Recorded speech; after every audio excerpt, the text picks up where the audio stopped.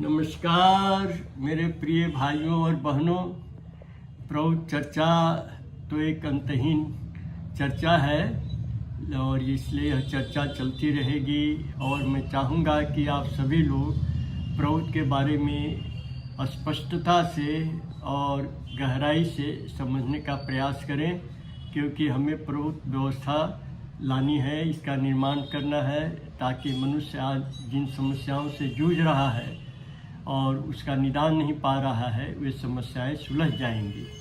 तो हम लोग जैसी बात कर रहे थे कि लोगों के भीतर परिवर्तन का, कि जैसे आर्थिक न्याय सबको मिले, सबको जीने का अधिकार मिले, तो इसके लिए बहुत लोगों का एक वर्ग है चिंतकों का जो कहता है कि सत्याग्रह के द्वारा या लोगों को अच्छी बातें सुनाकर उनको समझा करके ये परिवर्तन लाया जा सकता है।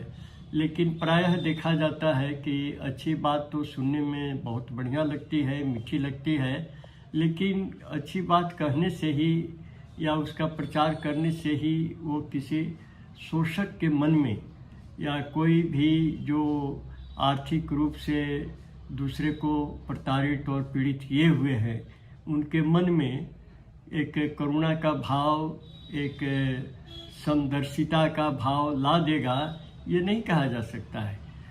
और ख़ास करके शोषक तो हमेशा सोचता है कि कैसे मुनाफा हो, कैसे उसको लाभ हो, और उसी दृष्टि से वो काम करता है। तो इसीलिए प्रौढ़ का कहना है कि हम मानविक आवेदन भी करते रहेंगे, हम उनको शांति से और काफ़ी कोमल स्वरों में उनसे बातचीत करते रहेंगे, उनको बताते रहेंगे कि उनको जो एक असीमित संग्रह किए जा रहे हैं ऐसा उनको नहीं करना चाहिए और एक सीमा तक ही संग्रह करेंगे और बाकी सब धन जो है सो समाज सेवा के लिए, समाज के कल्याण में लगाया जाएगा। लेकिन वो लोग जो शोषक हैं, जो अर्थ का संग्रह अपराध किए जा रहे हैं, वे इस बात को समझने को तैयार नहीं होते हैं कि अगर उनके पास काफ़ी विशाल राशि धन की जमा है तो निश्चित रूप से कहीं पर उसका अभाव भी है, कहीं कंगाली भी है, दरिद्रता भी है। तो ये दरिद्रता दूर करने के लिए उनको त्याग करना पड़ेगा, उनको धन संग्रह पर सीमा लगानी पड़ेगी। ये बात तो सोचने के लिए, समझने के लिए तैयार नहीं होते हैं और इसी को हम कहते हैं मानसिक बीमारी। यह मन की बीमारी है कि हम तो खूब सुख से जीना चाहते हैं, लेकिन दूसरे अभावग्रस्त हैं, उनके लिए हमारे मन में कोई दर्द नहीं है, कोई पीड़ा नहीं है। तो इसीलिए मानविक आवेदन जरूर किया जाए, समझाया बुझाया जाए, लेकिन इसके साथ साथ परिस्थितियों का दबाव भी उनके ऊपर देना जरूरी है। वह कानून बना करके हो या कड़े से कड़े कदम उठा करके हो, लेकिन ऐसा खुलेआम ये छुट्टी नहीं दी जा सकती है कि किसी के पास अरबों खरबों की दौलत हो और कोई तिल तिल करके मरने के तरफ जा रहा हो। तो दोनों ही व्यवस्था को प्रौढ़ ने स्वीकार किया है और जो इस तरह की जो स्थिति होती है कि कोई काफ़ी अमीर हो गया, कोई काफ़ी गरीब हो गया, कोई खा खा के मर रहा है, कोई बिना खाए मर रहा है, इस तरह की व्यवस्था पूंजीवादी व्यवस्था में ही होती है, क्योंकि वहाँ पर मुख्य उद्देश्य रहता है कि अधिक से अधिक मुनाफा हो, हमको अधिक से अधिक धन हमारे पास आए। तो ये जो धन का जो संग्रह है ये एक सीमित सीमा में होगी। प्रौढ़ व्यवस्था में एक सीमा निर्धारित की जाएगी और उसी सीमा तक वो धन संग्रह कर सकते हैं, लेकिन जो एक अस्थाई समाधान इसका तभी निकलेगा जबकि अर्थव्यवस्था को ही ऐसा बनाया जाए जिससे कि हर व्यक्ति को उसको पर्याप्त अवसर मिले, पर्याप्त संसाधन उसके पास हो जिससे कि उसकी तरक्की हो सके। तो इसके लिए प्रौढ़ विकेंद्रित अर्थव्यवस्था का की अवधारणा को लोगों के सामने प्रस्तुत करता है कि अर्थव्यवस्था विकेंद्रित होनी चाहिए। अर्थात ये कुछ लोगों में सीमित धन जो संग्रह है, इस व्यवस्था को हटा करके हम लोग चाहते हैं कि धन पूरे समाज के भीतर ऐसा वितरण कर दिया जाए जिससे कोई भी अभावग्रस्त नहीं महसूस करे। और इसके लिए ये विकेंद्रित अर्थव्यवस्था के लिए जो सबसे कारगर उपाय है वो यही है कि हम सहकारिता के महत्व को, कोऑपरेटिव के महत्व को समझें कि जो कुछ बड़ी बड़ी जो इंडस्ट्रीज होगी, माने 3 चीज़ें रहेंगी। एक तो इंडस्ट्री है, उद्योग, दूसरा कृषि एग्रीकल्चर, और जो तीसरी चीज़ें हैं कि उनका जो सदुपयोग, सद्व्यवहार, जिसके लिए हम उस तरह की व्यवस्था बनाने का प्रयास करेंगे। तो ये जो उद्योग है, उद्योग में जो आजकल उद्देश्य मुनाफा रहता है, तो ये मुनाफे की जगह रहेगा उसमें सबका कल्याण। सबका कल्याण मतलब कि हर व्यक्ति को पर्याप्त क्रय शक्ति रहेगी ताकि वो महीने भर अपना भरण पोषण बढ़िया से कर सके। तो इसके लिए विकेंद्रित अर्थव्यवस्था में जो इंडस्ट्री होगी वो इस तरह की होगी कि जो बड़े बड़े इंडस्ट्री हैं, जैसे मान लीजिए सूत काटने की मशीन है, वो बहुत बड़ी फैक्ट्री सूत काटने की, सूती धागा ही वो तैयार कर रहा है, और उसके इर्द गिर्द चारों तरफ छोटी छोटी इंडस्ट्री होगी, छोटे छोटे उद्योग धंधे होंगे जिनका उद्देश्य होगा कपड़ा बनाना। कपड़े क्या करघू के माध्यम से हो या मशीन के माध्यम से हो, लेकिन कपड़े को बनाना उन जो बड़े बड़े सूत काटने वाले उद्योग हैं उनके चारों तरफ ये इस तरह के कई असंख्य जो उद्योग धंधे होंगे छोटे छोटे, वो रहेंगे। तो इससे क्या है कि जो ज़्यादा संख्या इनके होने के कारण सब लोग इसमें, उस क्षेत्र के सभी लोग इसमें एब्जॉर्ब हो जाएंगे। जो छोटे छोटे उद्योग धंधे हैं कपड़ा बनाने वाले, और चूँकि स्थानीय ये उद्योग धंधे हैं इसलिए यहाँ के सब लोगों को रोजगार इसमें मिल जाएगा, सब लोगों को काम मिल जाएगा। और जो बड़े उद्योग धंधे हैं, जैसे मैंने कहा कि सूत बनाने वाले, तो इसको हम या तो कोऑपरेटिव पर चलाएं, और अगर कोऑपरेटिव पर चलाने में असुविधा है तो उसको हम स्थानीय सरकार के हाथों में दे सकते हैं। लेकिन ये जो छोटे छोटे धंधे हैं ये सब तो व्यक्तिगत स्तर पर भी चल सकते हैं और कोऑपरेटिव पर तो निश्चित ही रूप से चल सकते हैं। तो कोऑपरेटिव में चलने में लाभ ये है कि जो उसमें काम कर रहे हैं वो उस चीज़ के मालिक भी हैं। पूंजीवादी व्यवस्था में एक व्यक्ति धन अपना लगाता है और वह मालिक उस चीज़ का हो जाता है, उस फैक्ट्री का, कंपनी का हो जाता है। लेकिन विकेंद्रित अर्थव्यवस्था में जो हमारे कोऑपरेटिव होंगी उसमें हर काम करने वाला व्यक्ति मालिक भी होगा, उसका पर्याप्त शेयर भी रहेगा उसमें। इसीलिए जब उसको कुछ देना होगा तो उसके श्रम के अनुसार भी, उसकी मजदूरी के अनुसार भी दिया जाएगा, और जो उसका योगदान, जो शेयर है उसमें लगाया है धन, उसके अनुसार भी दिया जाएगा उसको। तो इसीलिए हमारे पास बड़ी इंडस्ट्री रहेगी जो सरकार के हाथ में या बड़े बड़े कोऑपरेटिव के हाथ में हो, और उसके इर्द गिर्द छोटी इंडस्ट्री होगी जो कि स्थानीय लोगों के द्वारा संचालित होगी। तो इस तरह के इंडस्ट्री होने से कोई पूंजीवाद को सिर उठाने का मौका नहीं मिलेगा। अभी इसीलिए पूंजीवादी व्यवस्था हावी हो जाती है, क्योंकि जो धन संग्रह का कोई अभी सीमा नहीं है, जितना चाहे आदमी संग्रह कर ले।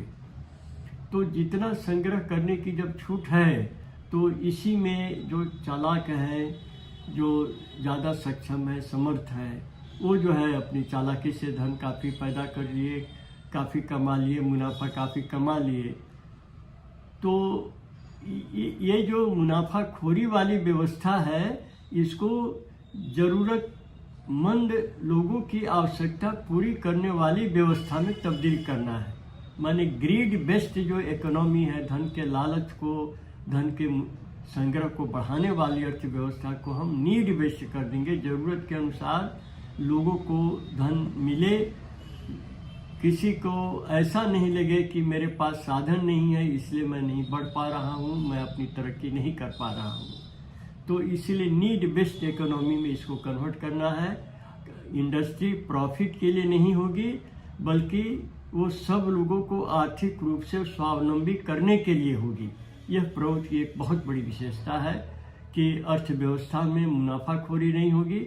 मुनाफा होगा लेकिन मुनाफाखोरी पर अंकुश रहेगा, जिससे कि सब आदमी उस अर्थव्यवस्था से लाभान्वित हो। और जो कृषि है, कृषि को तो पूरा उसको तो सामाजिकरण करना है कि जिसमें छोटे छोटे बहुत सारे जो होल्डिंग हैं, जो ज़मीन के खंड हैं, जहाँ ट्रैक्टर नहीं चल सकता है, जहाँ पर कोई बढ़िया से सिंचाई नहीं की जा सकती है, तो ऐसे ऐसे छोटे खंडों को लेकर के और प्रोड्यूसर कोऑपरेटिव, कंज्यूमर कोऑपरेटिव, इसके माध्यम से वहाँ पर उत्पादन की व्यवस्था प्राउट करेगा। प्राउटिस्ट व्यवस्था प्राउटिश सरकार करेगी, जिससे कि किसान को उसके फसल का जो आवश्यक मूल्य है, जो सही उसकी जो लागत है वो उसको मिल जाए, साथ साथ कुछ इतना लाभ भी मिले जिससे कि परिवार का भरण पोषण हो सके।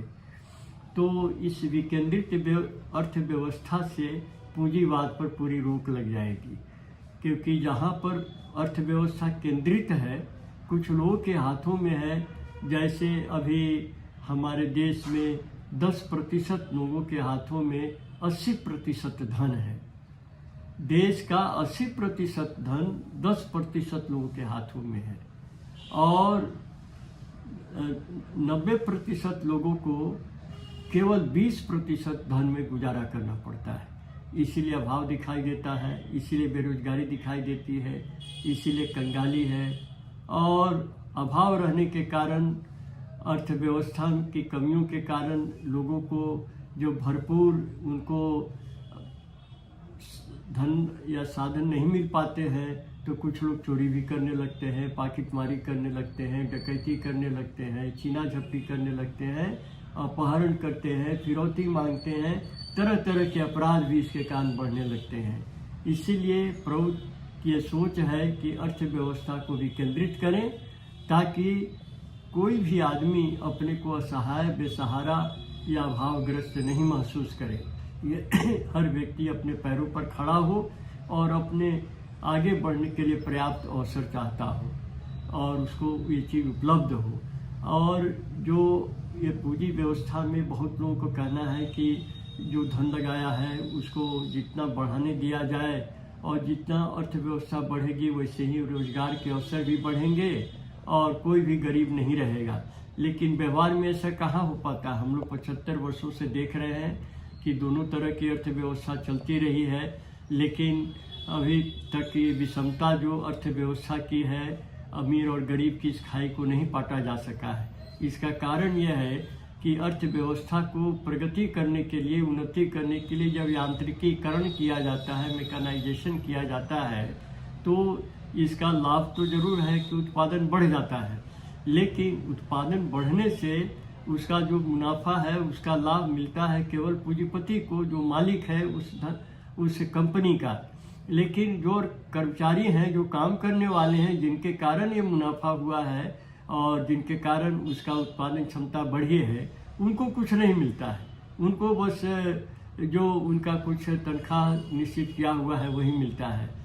और अगर कोई ऐसा मशीन आ गया, अगर एक मशीन पर 2 आदमी काम कर रहे हैं और उससे उत्पादन हो रहा है, और कोई ऐसी मशीन आ गई जिससे एक ही आदमी उतना उत्पादन या उससे ज़्यादा उत्पादन मशीन से कर लेता है, तो उस एक दो आदमी की जगह एक आदमी को हटा दिया जाएगा और एक ही आदमी से काम लिया जाएगा। तो इसलिए वो एक आदमी बेरोजगार हो गया, और जब बेरोजगार हो गया तो क्रय शक्ति लोगों की घटेगी। उस परिवार में एक आदमी बिना कुछ काम किए हुए, बिना कोई धन कमाए हुए खा रहा है, तो इसीलिए गरीबी बढ़ेगी, बेरोजगारी बढ़ेगी, क्रय शक्ति घटेगी और मुद्रास्फीति बढ़ेगी। तो ये केवल पूंजीवादी व्यवस्था में ऐसी बात होती है, लेकिन जो प्रभुत्व व्यवस्था होगी उसमें अगर कोई मशीन ऐसी आ गई जिससे दुगुना उत्पादन हो जाता है, तो एक आदमी को जो हटा दिया गया है वो नहीं हटा करके उसके घंटे कम कर दिए जाएंगे। जैसे 8-8 घंटे काम करते हैं वो लोग, तो 8 घंटे 2 आदमी काम कर रहे हैं, तो अब 8 घंटे की जगह उनको 4 घंटा कर दिया जाएगा। एक आदमी 4 घंटा, एक आदमी 4 घंटा, और इससे कोई बेरोजगार नहीं होगा और सबको आर्थिक संपन्नता मिलेगी, सभी लोग खुशहाल होंगे, सुखी रहेंगे। इसलिए बेरोजगारी या मुद्रास्फीति, इन्फ्लेशन, ये सब पूंजीवाद में संभव है, पूंजीवाद में होना ही है, इसको रोका नहीं जा सकता है। लेकिन अगर प्रभुत्व अर्थव्यवस्था कर दी जाए, डिसेंट्रलाइज इकोनॉमी को ला दिया जाए, तो जिसमें किसी की छटनी नहीं करके उनके काम के घंटे कम कर दिए जाएंगे और उत्पादन उतना ही रहेगा, बढ़ेगा भी, लेकिन कोई आदमी उससे बेरोजगार नहीं होगा।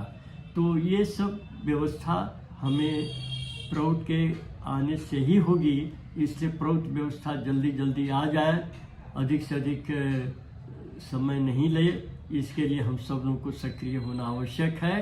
और जिस समय प्रौढ़ व्यवस्था लागू हो जाएगी तो लोगों की आर्थिक समस्याएं भी आसानी से समाधान हो जाएगा, सभी लोग खुशहाल हो जाएंगे, कोई भी आदमी अभाव में नहीं रहेगा।